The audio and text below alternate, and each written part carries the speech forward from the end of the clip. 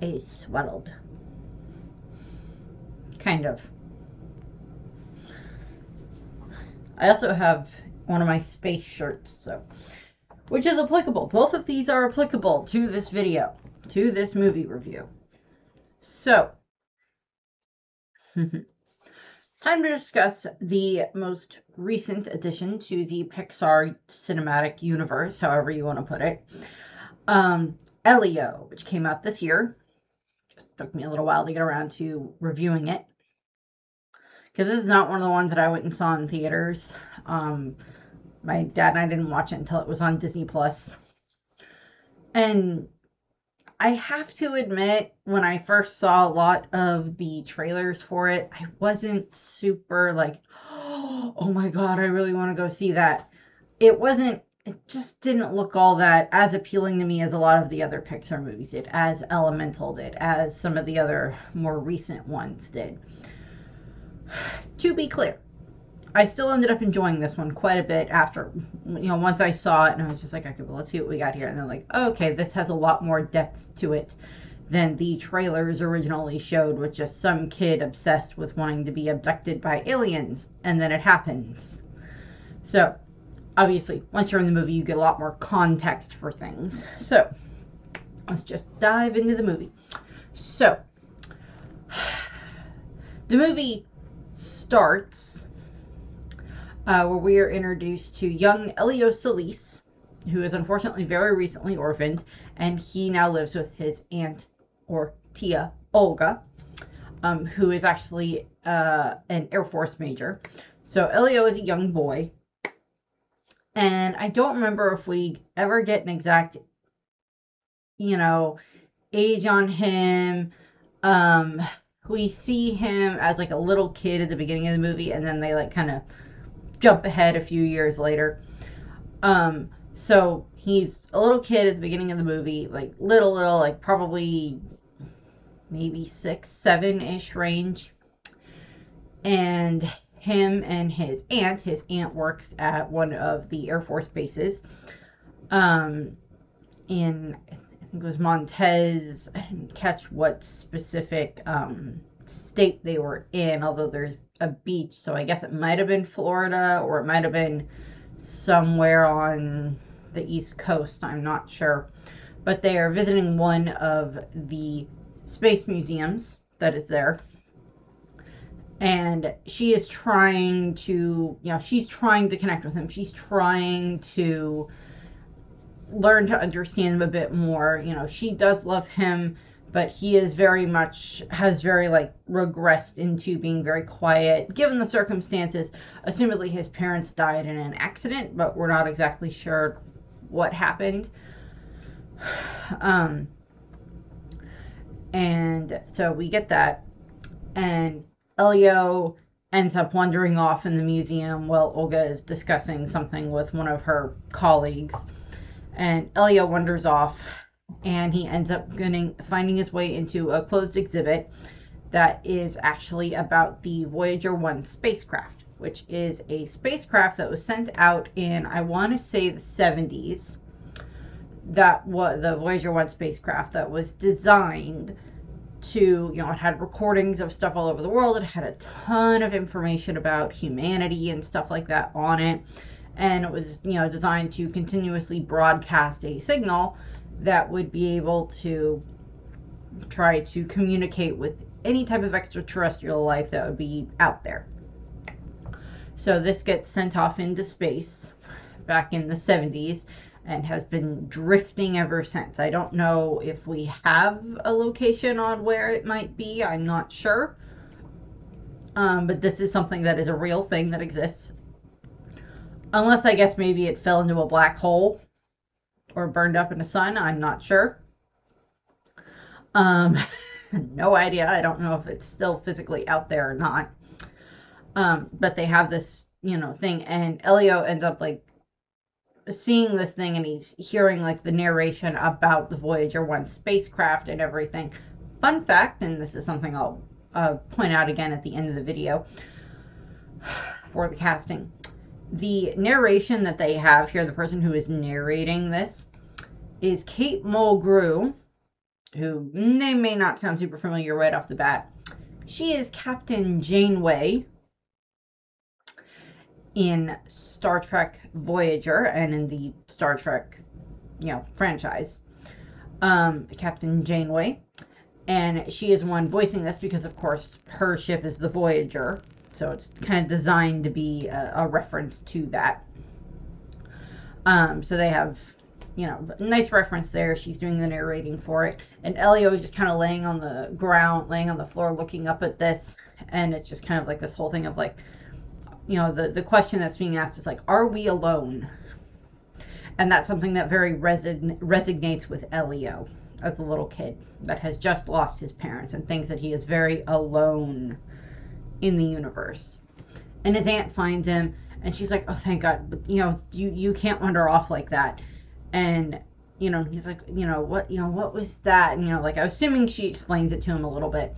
And then we cut ahead a couple of years, not too many years, maybe 3 or 4. And Elio has become exceedingly obsessed with being abducted by aliens. He skips school. He spends like his entire summer on the beach, trying, he's probably studied like crop circles and a bunch of different stuff like that, in order to try to figure out the best place to try to get abducted by aliens. And he like lays out on the beach with like circles around him and signs that says abduct me please and everything else like that he very meticulously remakes every single day. And he has to deal with like people running over it and all this other stuff. And he also has to deal with the fact that his aunt has to work late a lot of the time, so she's not necessarily always home. But we see her, and it is this very, as someone who is an aunt and became an aunt at a very young age, and has subsequently had to have, my nieces and nephew live with me, it can be a very stressful thing. To be fair, neither of my sister and my brother-in-law are perfectly fine. Knock on wood. Better wood. But I can get the full stress of like having to be this unexpected parental guardian figure to a very, very spirited and rambunctious child that Elio very much is. And we see him very much go down kind of like this rabbit hole of like alien abductions and everything else like that, where he's like looking up tons of stuff online about aliens abductions and learning how to use like ham radios and like making adjustments to various equipment that he's gotten his hands on. And stuff like that, like jerry-rigging various things to try to, find alien signals and stuff like that. So we have a lot of that. And eventually we get it to where he ends up meeting this kid called Bryce, who is interested in like ham radios and stuff like that, the way that like Elio kind of is in regards to like aliens. And what ends up happening is we also meet Bryce's friend Caleb, who is kind of a bully. Not kind of, straight up a bully. And I don't like bullies, as I have specifically stated with other videos on this channel. That's one of my big pet peeves when it came to Turning Red, but we're not going to talk about that right now. Love the movie overall. Part of it that I have issue with. And in this case, what ends up happening is Caleb ends up stupidly just going over and starting like manhandling the equipment that Elio has borrowed, stolen, forcibly taken, whatever, from Bryce in order to try to like combine their ham radios. He did not break anything, to be clear, and he does intend to give it back to Bryce. But Caleb just jumps in, and this results in a fight where Caleb and Elio are wrestling around on the ground. Elio's eye gets hurt, or his left eye gets hurt. And what ends up happening is then, because they are far too close to the military base on the beach, this causes a disturbance, and they end up getting brought into the military base, where, of course, Tia Olga works, and, of course, this gets him yelled at by her, which is fair. She's like, you're skipping school, you're causing fights, and she's, like, trying to do the whole thing of, like, book about how to parent a spirited child and all this other stuff. And I'm like, Inside Out reference, thank you very much. and just like trying to be like, okay, what are we gonna, how can I handle this type of a thing. And she is getting very stressed by Elio, which is perfectly understandable. And because it's Elio has this obsession with abductions and everything else like that. And we're gonna get to some of the core of why he thinks this is the only way that he's ever going to be happy throughout the course of the rest of the movie. And what ends up happening is Olga has to go to this emergency meeting, and Elio ends up overhearing that there's something about aliens. And of course, because this is a military base in a children slash family movie, of course there's no guards or anything like that watching the room where they have all of the very expensive science equipment. And Elio is just able to sneak his way in and hides in a trash can as he's listening to the gentleman that they have, who is very much conspiracy theorist about aliens and everything like that, but he's very good at his job, is Gunther Melmek. And he is very much, he believes that he has received, that there is a message from aliens that is coming through, that is a response to the Voyager 1.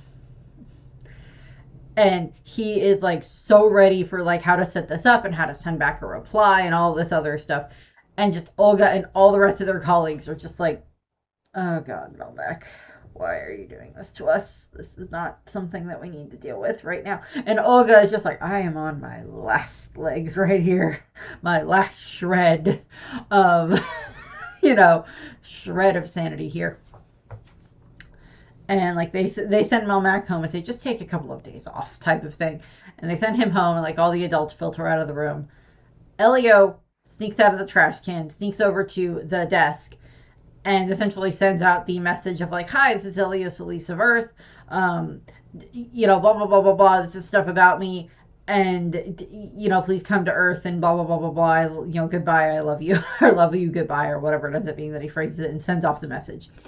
Which then essentially blows power to the whole base to send out the message. And of course, he gets in trouble, and Olga almost gets fired. So she is just, oh God, and almost loses her job. That's not good. And they get home, and Elio is just very tunnel visioned in on trying to get everything packed up that he needs to take with him. He's got a picture of him and his parents. He's trying to figure out like what snacks and everything else that he needs to bring with him, so that way he can be ready when the aliens show up to abduct him and everything else like that. He's like gathering all of the stuff that he needs and like not paying any attention to what Olga is trying to say. And she kind of eventually has to like I don't remember if she has to like grab him to make him stop, or if she ends up, whatever she ends up doing, but she has to like kind of like stop him. Like I don't remember if she has to physically restrain him for a moment to get him to stop running around. Or if she just yells at him, which I have had to use both these tactics on my very rambunctious nieces and nephews at various points in time. They're not quite as tunnel visioned, but they get tunnel visioned. I love them as much as I can say. And what ends up happening is, she's like, Elio, you have to stop this. Aliens are not out there. This is where you belong. And she explains that she's going to be sending him to essentially a youth camp at like a military boarding school. And he's like, oh, you're going to send me to boarding school? And she's like, no, it's a camp. Just to see how it goes. And I get that. There's I had a cousin who had to be sent to stuff because of how much problems he caused. Love him and miss him, I do. And so I've been around other people who have had to go through that process, and sometimes it works and sometimes it doesn't, unfortunately. And what ends up happening is, of course, Elio is like yelling at her, just like, well, you don't want me, so why would anybody else? Is essentially like, we're kind of getting to part of the heart of what's going on there. He's just like, well, you don't want me, so why do you care if I leave? If I get off of Earth or whatever. And so she takes him to the camp the next day and drops him off. And of course, Bryce and Caleb are both there, as are several other bullies. And at we get two things that are happening at the same time. We have Elio being chased by Bryce, who really doesn't actually want to try. He's just like, we're just gonna scare him, right? And then Caleb and the others are very much more not trying to scare. Well, they are very much trying to scare Elio, but they clearly are going to beat him up as they kind of chase him through the woods. And then you have Olga is at the military base. Now we've learned what her job is, or what part of her job is that she is one of the ones who keeps an eye on all of the space debris, all of the satellites and everything else like that we've shot up into space. And so that way, for planes or other people, or like the space station and stuff like that are flying around, so that way they can work on avoiding them. She's the one who works on trying to help it that those things get avoided, because there's lots of like decommissioned satellites that are up there that, in all honesty, should probably be cleaned up.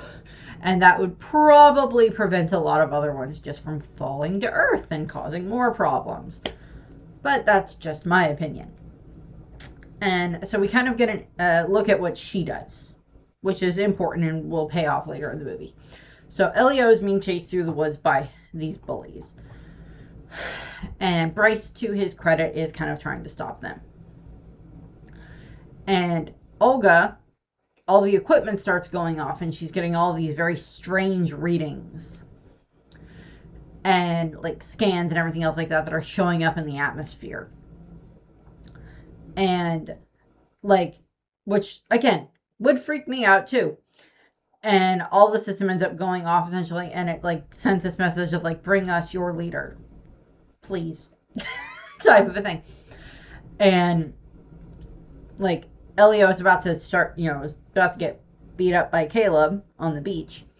And this is at night, and like just like time freezes right around Elio. And he's able to like slip out of the bully's hold, and he is taken into the alien spaceship that has shown up, and take him into that, and whisks him away, where he meets a liquid supercomputer. And I'm like, yes, please. And it like scans Elio all over, and like gives him a communication disc that he is then able to use, of course, to understand any of the alien language that they come across.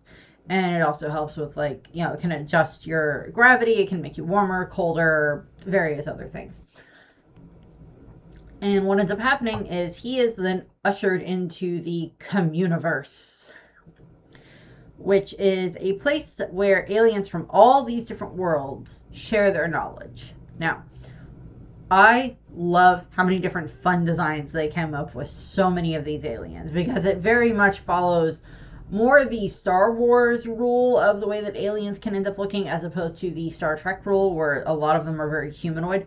To be fair, that's not a problem.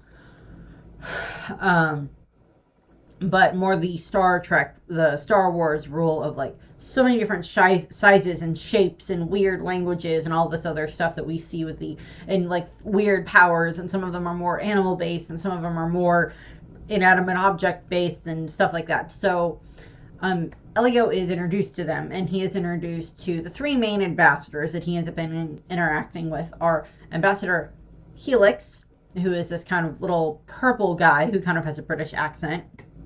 And then we have Ambassador Questa, who is my favorite out of all of the designs. I love her design. She's so pretty. She also has the ability to like, read minds with her little scanner tentacles. And then we have Ambassador Tegman from Tegman. And he is essentially a rock type Pokemon. That is like, okay, I like this, you're cute. And like lots of other very creative ones in the background and stuff like that. So this one, like, let Pixar's just come up with a bunch of random alien designs and just like throw them in here, please. And I love how they do that design. There's a lot of other ones that I just like, oh, I really like that one, I really like that one. And you're like, ooh, I did the noise better earlier. Ooh. The supercomputer is adorable. It's like this little blob or this little round thing that just like can follow you around or whatever and like give you anything that you need, which is so fun. And Elio is just welcomed in by these ambassadors and taken on this tour of all over the communiverse. And he ends up seeing, there's this like giant thing that's like this like encyclopedia of knowledge of everything that he asks.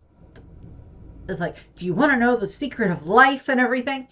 And I know that this has to be a reference to Hitchhiker's Guide to the Galaxy, where the life, the answer to the answer to life and the universe and everything. 42 has to be a reference to that. And so there's a lot of that. There's lots of sci-fi references in this movie, which I love. I love that so much. And what ends up happening is they end up finding they reveal that they have the Voyager, that they have the Voyager 1 spacecraft that was sent out, and that they've been learning a lot about Earth with it, and that they want to extend an offer to Earth to join the Communiverse and to send an ambassador to the Communiverse. And because they are not very familiar with the concept of what a child is in regards to how Earth children look, and because Elio is the one who answered their call, they are assuming that Elio is the one who is the leader of Earth. Which is obviously, to the viewers, to us, it's just like, yeah, no, he's a child. How are you thinking about that? But where they have that the kid, where they're like, oh, Elio must be like the ambassador of Earth or whatever, the president of Earth, and he's like, oh, okay. And so he's like, yes, of course I am, which of course is then him as 8-9-year-old, whatever age he is at that point in time, is like, yes, I'm the leader of Earth, of course I am, type of a thing. Oh, Elio. Oh, Elio. And so he's having to deal with that. And they're like, well, we want to invite you to join the Communiverse. And of course he wants to go because he's just like, oh my god, these people want me. This is aliens. This is what I've been wanting, for so long, type of a thing. And so like they want to extend the membership to him. And before Elio kind of has a chance to clarify fully about the fact that he's not actually the leader of Earth and everything like that, he learns that there is this other candidate, Grygon, Lord Grygon, who is the king and the ruler of these. I don't remember if they ever, I'm pretty sure they gave the species a name, but I'm not sure. But he is a warlord who wanted to join the Communiverse in order to gain their technology, in order to try to use it to assumedly expand his own empire. But as he is a warlord, he is very,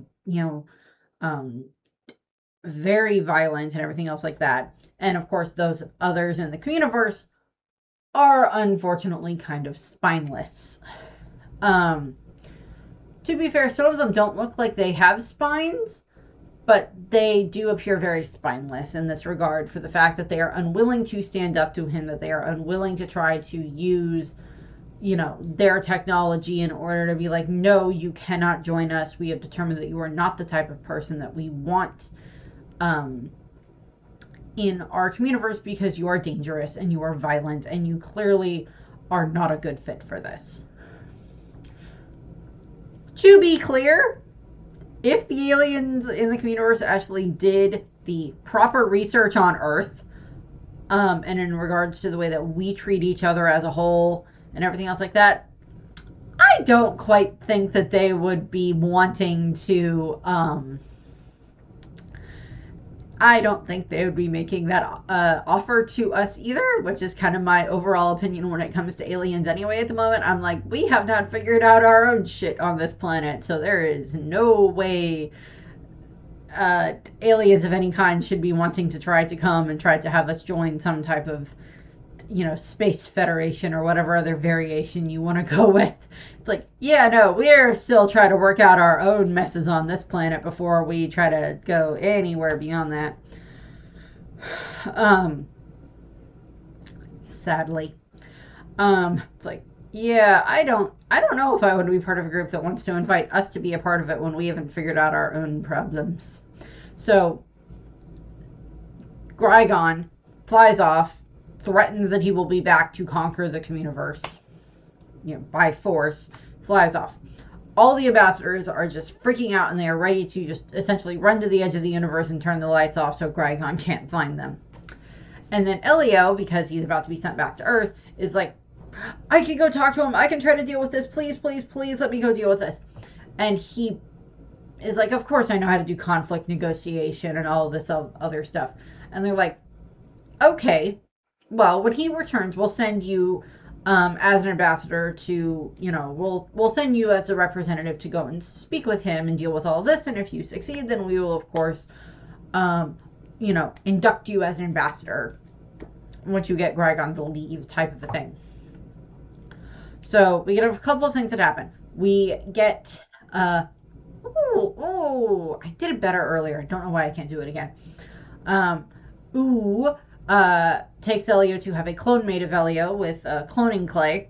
That involves taking, obviously, a DNA sample and then using that to make a physical exact copy of Elio that talks just like him and I don't know if he has all of Elio's memories or if he at least has enough of a copy of Elio's personality and memories that he's able to act like Elio.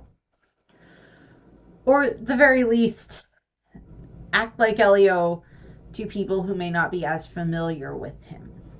Keep that in mind.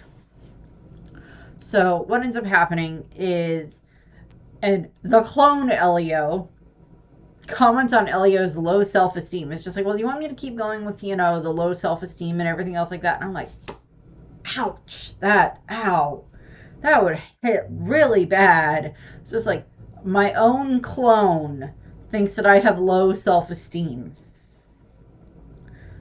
That's not gonna help with those self-esteem issues there if my own clone is just like, yeah, are you sure you want to keep using that concept? Okay. And Elio's just like, yeah, no, just go home and be normal and blah, blah, blah, blah, blah, it's fine. Because the logic behind the cloning clay is that, like, well, we can't take important people, important political people away from their positions if they, don't have someone, if there's, the world would fall into chaos. So they, send the cloning clay through to Earth where he takes, and all of this has happened essentially in, like, not even the blink of an eye, because the clone Elio goes back onto the beach, slides back into where he was about to get beaten up, and that, picks right back up from there, gets beaten up, and Olga comes and picks him up from the camp after hearing about this fight, chews out the people at the camp, and takes clone Elio home. And she's, like, kind of trying to talk to him about, like, the weird signals that they got the night prior in regards to, the alien stuff like that. She's kind of trying to bring that up with him because she's like, oh, this is something that Elio is very much going to be interested in. So she tries to start bringing that up. And he's just like, yeah, no, I'm not interested in that anymore. And it's just like tuning the radio station to something else and just, like, not even like acknowledging the interesting thing about the aliens. And she's like, huh. So to be clear, because this is not made perfectly clear here, she clocks instantly that something is wrong, that this is not quite Elio. And so bear that in mind. She clicks that there is, like, okay, there's something not right about this. And so that's what's going on Earth. Meanwhile, Elio is trying to learn as much about he can about negotiation tactics and everything else like that from the computer database space Wikipedia of knowledge. so that way he can go and discuss things with Grigon. He is then sent to Grigon in one of the ambassador ships by the other ambassadors, which, again, he doesn't know how to fly any of these spaceships. Autopilot is kind of helpful, but not always the most useful thing in the world or the most reasonable thing for how to fly a spaceship. Gets taken there, gets taken to where Grigon is, and essentially, Grigon is, of course, trying to intimidate Elio. It's a tactic a lot of countries and diplomats and everything else like that, politicians and stuff like that use. He's trying to intimidate Elio. And he's essentially trying to do the whole thing where, you shoot, clay pigeons and stuff like that, but instead of it being clay pigeons, it's like an actual little, like, living looking flower looking thing. It keeps getting shot into the air, and then Grigon fires at him and, knocks him away. And then he has Elio do it, and Elio, like, trick shots it. I was just like, yeah, no, that's not what Elio meant to do, but it worked. And so him and Grigon are, like, they kind of seem to be, Elio's trying to, like, work his way through everything else that he can think of from what he learned about, negotiating tactics and everything else like that from the space Wikipedia. And so he's trying to figure that out. Unfortunately, one of the things that gets brought up is Grigon's son. And in the process of everything, Elio ends up insulting and angering Grigon by insinuating that, oh, maybe if your son's, too much to handle, you could just ship him off. And it's just like, oh, you think my son's too much to handle? Too much for me to handle. Okay, well, you're going to get thrown in the cell with the skeleton of the last guy who got thrown in there, who's been in there for who knows how long. Not fun. Elio ends up making his way out of the cell and crawling through essentially the, ducts of the spaceship, and ends up finding his way to where he meets this younger child version of Grigon's race. I don't remember Hylurgians, that's what they're called, Hylurgians. And, he ends up meeting this kid. Surprise, surprise, this is the king's son. This is Grigon's son. This is Glorden. And of course, they get the, like, communidisc and everything like that, so Glorden and Elio are able to communicate with each other. And first of all, Glorden is adorable. And it just ends up, like, him and Elio, like, connect very quickly. And then Elio figures up of, oh, I can use Glorden as a bargaining chip to try to get Grigon to go away. So what ends up happening is, essentially, they end up escaping into Elio's ship and then flying back to the Communiverse, where then Elio, video calls Grigon, and, it's just like, ha ha ha ha, I have your son and he's a bargaining chip. And we get, like, this great line from Glorden. So there's a couple of things that happen when they're trying to escape. When they're crawling through the ducts, it is revealed that, oh, these are the magma tubes or the lava tubes. And at one point, the magma is coming toward them, and there's like, oh no, I'm not fireproof, Glorden. And I was like, oh, well, why didn't you say so? Here, climb inside of my mouth. Just like, mouth full of teeth. And Elio climbs inside, is safe because Glorden is magma proof. And the thing that we learn about Glorden's race, about the Hylurgians, is that, so when we are first introduced to all of them, they are all wearing, like, this huge armor and everything else like that. And then Glorden is much more of kind of very similar to a slug in regards to the way that they are designed. And it is revealed that that's what all Hylurgians look like underneath their armor. And Glorden's armor is ready for him. He just hasn't put it on yet as a rite of passage. You go into the armor, and then after you're in the armor, you're not supposed to come out of the armor again. That is where you stay. Because coming out of the armor and showing your fleshy underbelly, essentially, will dishonor you and your whole line, and destroy your hierarchy and honor and all of that stuff. And so we get a lot of that. We also learn that Gordon's mother is not around. She's not dead, but she's off fighting because reasons. And she kind of like always babies him.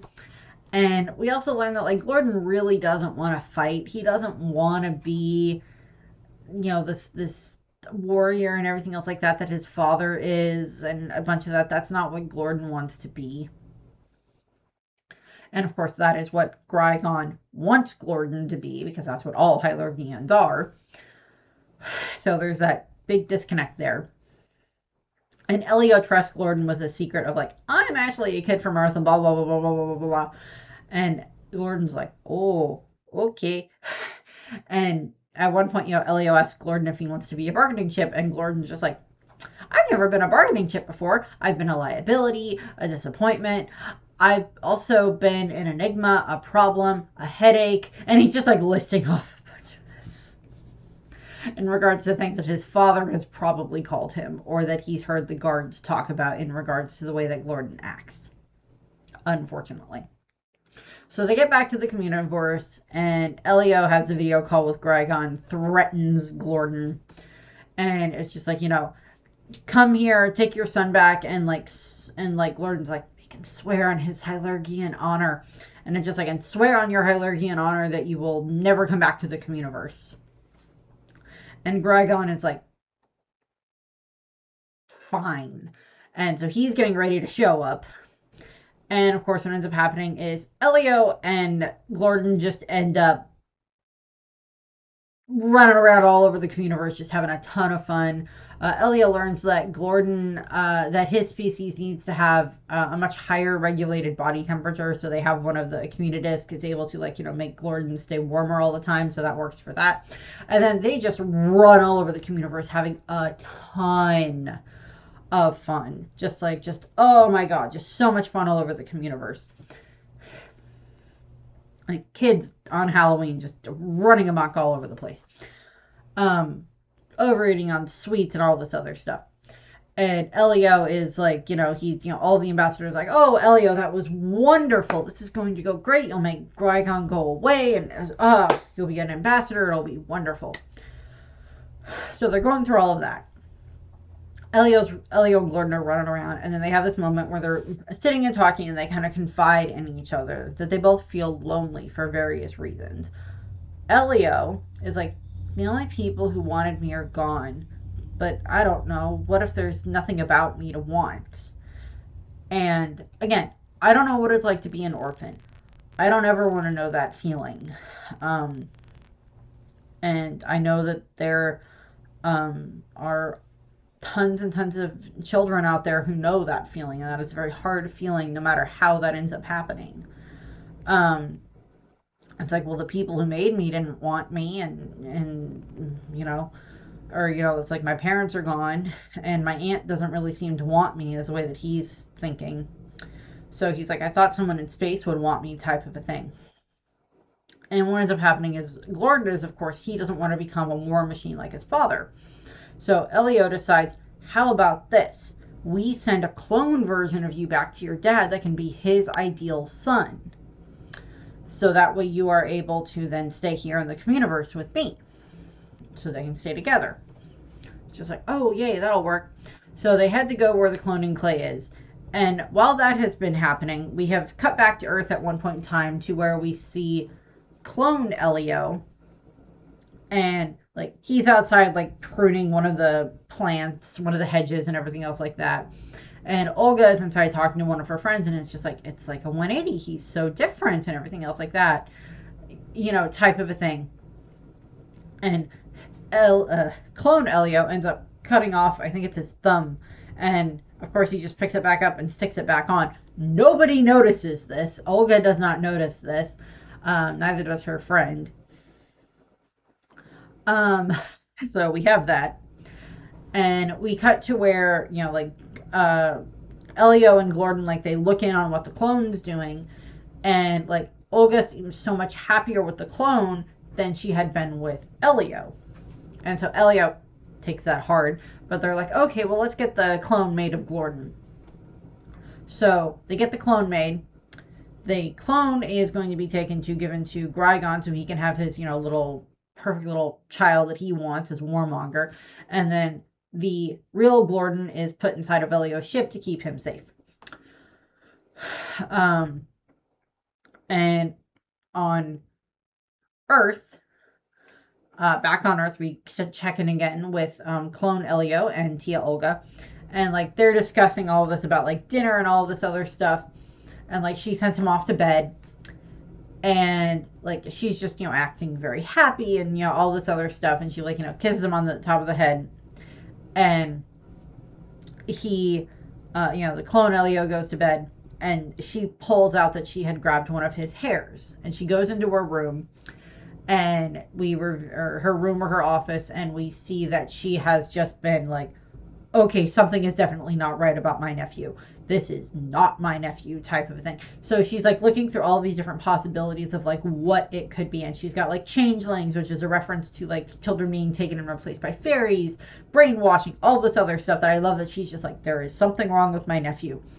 And she's like trying to examine the hair and doesn't see anything wrong with it. And then the hair breaks out of the little glass thing she was examining it in, and is like literally slinking across the floor to try to escape. And she is like chasing it as it makes its way to, or follows it, not chasing it, but follows it as it makes its way back into Elio's room and reattaches itself to clone Elio, who's just laying there. And she like pulled back part of his eye patch to reveal that there's no eye underneath there, even though there should be. And he's like, I think there's a few things we need to talk about. So we cut away from that. So there's several things that are happening there, and I might be getting a few things out of order, but there is this, it's supposed to be that Tia Olga clocked almost instantly that this is not Elio. This is not my nephew. And what we have is that Elio and clone Gordon show up to where Qui-Gon and the others have shown up to, get Gordon back. And they send Gordon off with him, and he gets into like his armor, and he's like all ready and everything else like that. And like Gordon and Qui-Gon are like walking off, and the ambassadors are, getting ready to give Elio like, his ambassador medal and everything else like that, so he can officially join them. And like right as that is about to happen, we hear one of the cannons fire, and we see the armor that had the clone Gordon in it fall over, and the clone melt out of it. And Qui-Gon is not happy, and he is just like, where is my son? Because he realized, again, almost instantly, this is not my kid. Which is something that I so wish, when it would come to media, that would get noticed so much faster. It's like in Harry Potter, whenever someone is under Polyjuice Potion and they're trying to pretend to be someone else, you would think someone would notice. So Qui-Gon has figured out, yeah, not my kid. Where is my actual kid? Starts capturing all of the ambassadors. Has Questa read Elio's mind to figure out where his son is. And in doing so, she finds where Gordon is. She also realizes that Elio is a child. And so we have this like thing where like Gordon and the other, or Qui-Gon and the others sends his men off to go to try to find Gordon in the ship. Gordon ends up, panicking and ends up launching the ship to where it takes him to Earth. That's not helpful. And then of course Qui-Gon is just like, my son is not where he is supposed to be. So he has started rounding up and trapping all of the ambassadors. And Questa, in an attempt to protect Elio, they have opened a portal to send Elio back to Earth.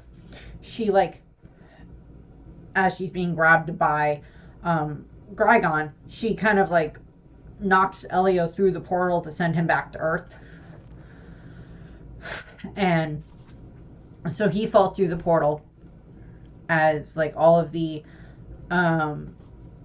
ambassadors are being, trapped. And he ends up on Earth. lands into the ocean, ends up on one of the beaches.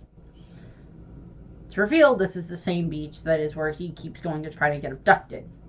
And as he looks around, and it's at night, and he looks around and he sees that, oh, he sees his aunt there and the clone Elio, and the way that they're acting makes him think that, because from his perspective, he has not realized. He's like, okay, well, Lord Grygon figured out real quick that the clone was a clone of his son. And then now Elio is back on Earth, and he's still thinking that his aunt hasn't figured it out. That his aunt has not realized that the clone Elio is a clone. That's not the real him. Even though, as the audience, we know that she has. And, like, she has to, like, send the other Elio off to go get something out of the car as she's, like, setting up stuff, because it looks like they're going to do, like, stargazing, because they have his telescope. And the real Elio comes over. And, you know, they have this moment where they're, like, talking. And then, because, like, it's very dark and there's no lights on, so she hasn't quite noticed that this is not Elio wearing the same clothes. So he comes over and, like, they're talking. And I think he's starting to realize that she's realized that that was not the real Elio, that that was a clone, that that was not him. And so what ends up happening is she ends up plugging in, like, some of the lights that Elio would use, and they light up.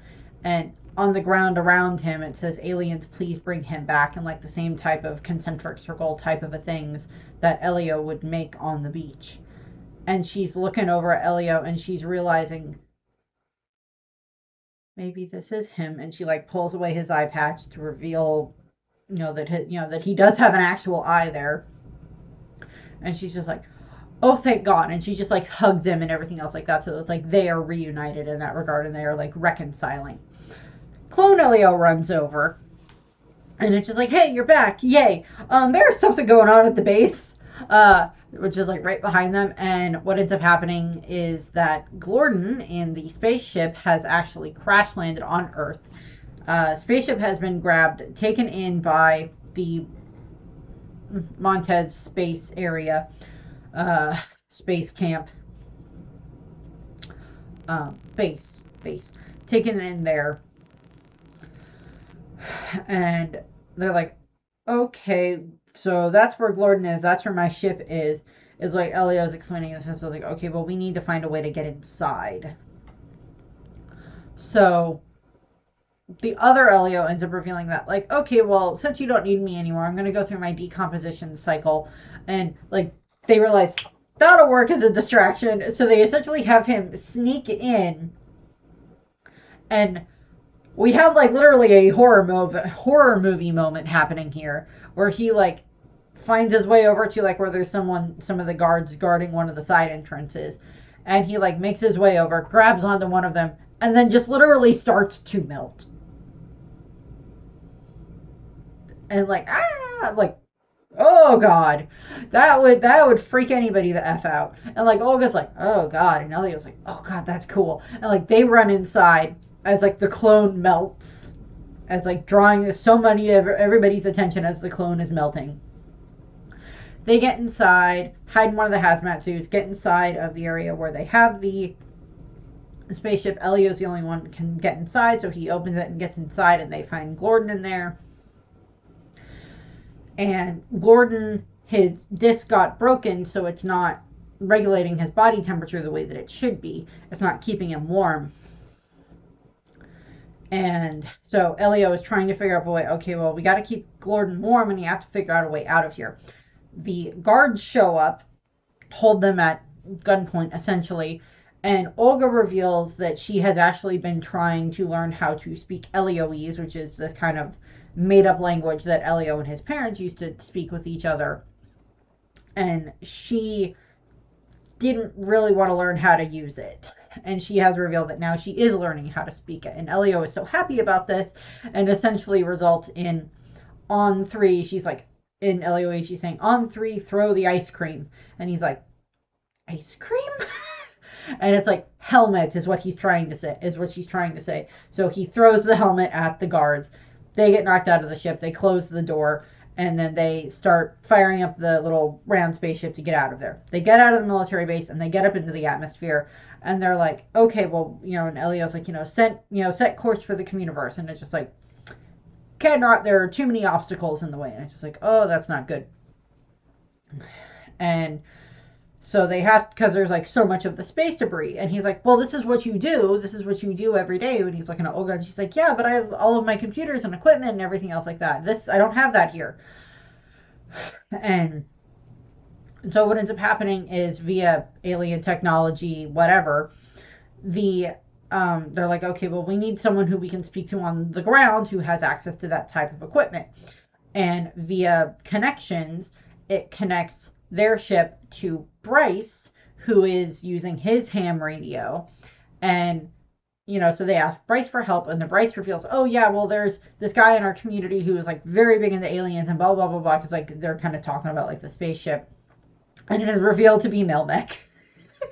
Olga's coworker, who is like all ready, and he's got like this ham radio, masters of ham radio set up, and he's like helping them like dodge the different debris as it's coming.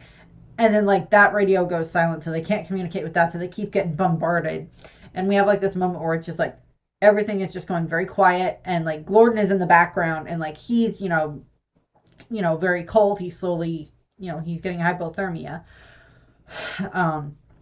And of course, Elio's very concerned about that, and they have to figure out how to get past all the space debris. And then we have this great moment where we have like all of these different like masters of ham radio coming in from all over the world and helping with like them dodge all of the different debris and everything else like that, which is just great, and I love that. And they're able to get past all of the debris and get back into like open space, and then they are then able to get back to the communiverse. And when they arrive there, they find that Grygon is, of course, has all the ambassadors still trapped, and is threatening Ooh. And they get to the ship, they get out of the ship, and they pull Glorden out of the ship, and like neither Elio nor Olga have their communidisc on them, so they can't communicate anymore properly. And they're like, Elio is like trying to be on Glorden to try to help warm Glorden up, trying to get his father to realize that that is what is going on. And we have this great moment where like Olga is like being held back by one of the Hylergian guards, and Glorden like seems like he's about to like reach down and attack Elio. She jumps forward, covers Elio. Grygon slams his claws into his own armor and pulls his armor apart, shattering his Hylergian honor and bringing shame to all of this. Pulls his armor apart, climbs out of the armor, grabs his son, swaddles him up in the they're able to make like spider thread and stuff like that, so they're able to like swaddle their young and stuff like that. And he like swaddles Glorden up, and it's just like holding him, and like his father's just like a much bigger version of him, obviously, of like a giant slug type of thing, and like is holding Glorden and like trying to like warm him up. And I made the comment, it's like, this is giving Puppy from 101 Dalmatian vibes, where they have like the Roger trying to like essentially do CPR on the little puppy, and stuff like that. And so like we have that, and like Glorden wakes up, and like they get Ooh free, and like Ooh gives them the communidist, so they're all able to talk now. And Grygon is just like so thankful to them, and he's just like, I have to say something I've never said before. I'm sorry. Type of thing. So it's like, thank you for bringing my son back to me. Thank you for saving him. All this other stuff. And Elio's telling Glorden, you have to tell your dad. And Glorden is like, I don't want to be a war machine. I don't want to kill. I don't want to do anything like that. And Grygon is just like, I know. I've known for a long time. I may not always love, or excuse me, I may not always understand you, but I do love you. And so we have that moment there. And it is very much this moment where, like, Elio is realizing that that's kind of the way that his aunt is. She's like, I may not always understand you, but of course I love you no matter what, type of a thing. And that is the way that it is with family. A lot of the times it's just like, I don't always understand my parents or my sister or my nieces and nephew or aunts and uncles or cousins or anything like that, but I still love them, type of a thing. It's like, I may not understand what you're going through, but that doesn't change the fact that I do love you because you are my family, um, type of a thing. And so we have that. He releases all of the ambassadors, and they're just like, oh, thank God. And they're all thankful to Elio for, like, figuring all of this out and taking care of everything. And, Grigon and Glorden are, like, happy and reunited. And Grigon's like, I'm not going to attack the Communiverse anymore. It's just like, yeah, maybe don't. Um, don't know if that means they become part of the Communiverse or whatever, but maybe, I don't know. And we have this moment where the ambassadors are welcoming Elio to be an ambassador, and Elio, like, is so ready to take this. He, like, takes the pin and he has it on, and he's just, like, so happy and everything like that. And, like, Gordon's happy because it means that they can stay together and, like, all this other stuff. And, Olga looks back and, like, the portal's open to Earth for her to go home. And Elio looks over and he sees her, and he is realizing that, and he walks over to her and is just like, I never really gave Earth a chance. Now I am going to. And so he decides that he's going to go back to Earth with his aunt. And Ambassador Questa, comes over and she's like, you are unique, Elio of Earth.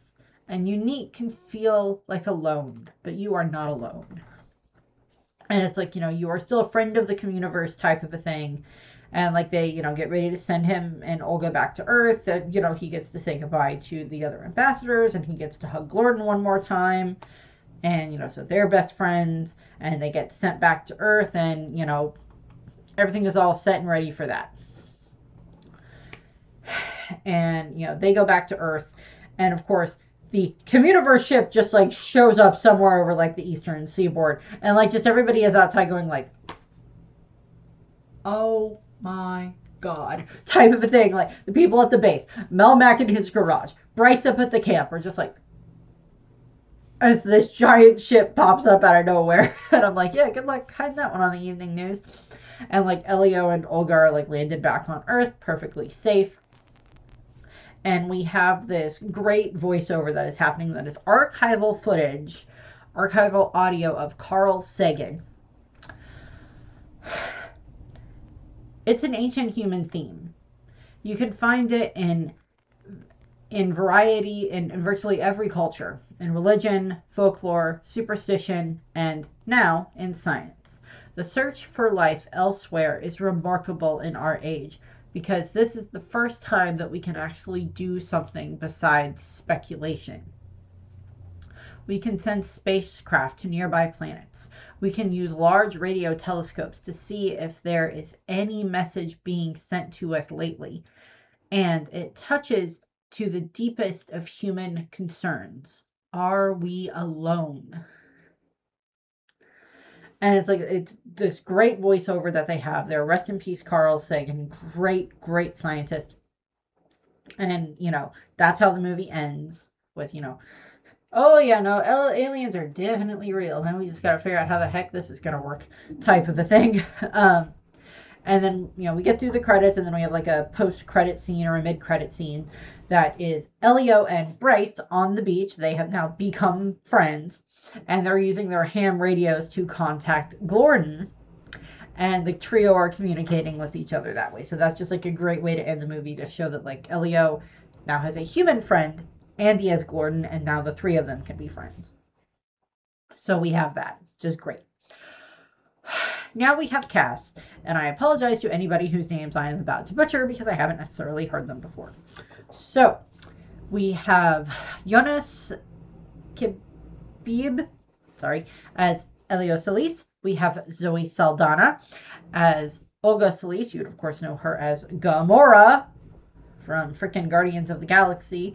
And she's, of course, also O'Hara in the reboot of the Star Trek movies, and she's of course in Avatar. So she's just in a lot. We have Remy Eggerly as Gordon. We have Brandon Moon as Helix, one of the ambassadors. We have Brad Garrett as Lord Grygon, who a lot of people would recognize as Ray Romano's older brother from Everybody Loves Raymond. He's also in, I think, 2 of the Studio Ghibli movies. He is the husband to the baker in Kiki's Delivery Service, and he is one of the sky pirates, air pirates in Porco Rosso. We have Jamila Jamil as Questa, who is, I think, my favorite out of the designs for the ambassadors. We have Dylan Glimmer as Bryce. We have Jake Gretman as Caleb. We have Mathis Schwigenhofer, as Tegman. A couple of the other ambassadors. We have Brandon Hunt as Gunther Melmek, who is the conspiracy theorist. 2 things here. A, Melmek, his last name, is a reference to the TV show Alf, where Alf's home planet was Melmek, which is just funny here. And I know Brendan Hunt, because he is Coach Beard in Ted Lasso. So I have to throw that in there. And of course, as I mentioned earlier, we have Kate Mulgrew as the narrator for the Voyager 1 exhibit at the museum, because she is, of course, Captain Janeway in Star Trek. And then, of course, they have archival recordings of Carl Sagan, because throughout the course of the movie, we see Elio listening to those archival recordings. So that's what we have here. I did very much enjoy the movie. Haven't quite figured out where it's going to land in my list of Pixar movies yet in regards to how I'd rank everything. Maybe I'll have to do another one of those videos at some point in time to update some of those ones. But that's what I have here for this one. I did enjoy it much more than I thought I would. And excuse me. Thank you very much for watching. I hope you have a nice rest of your day. Bye.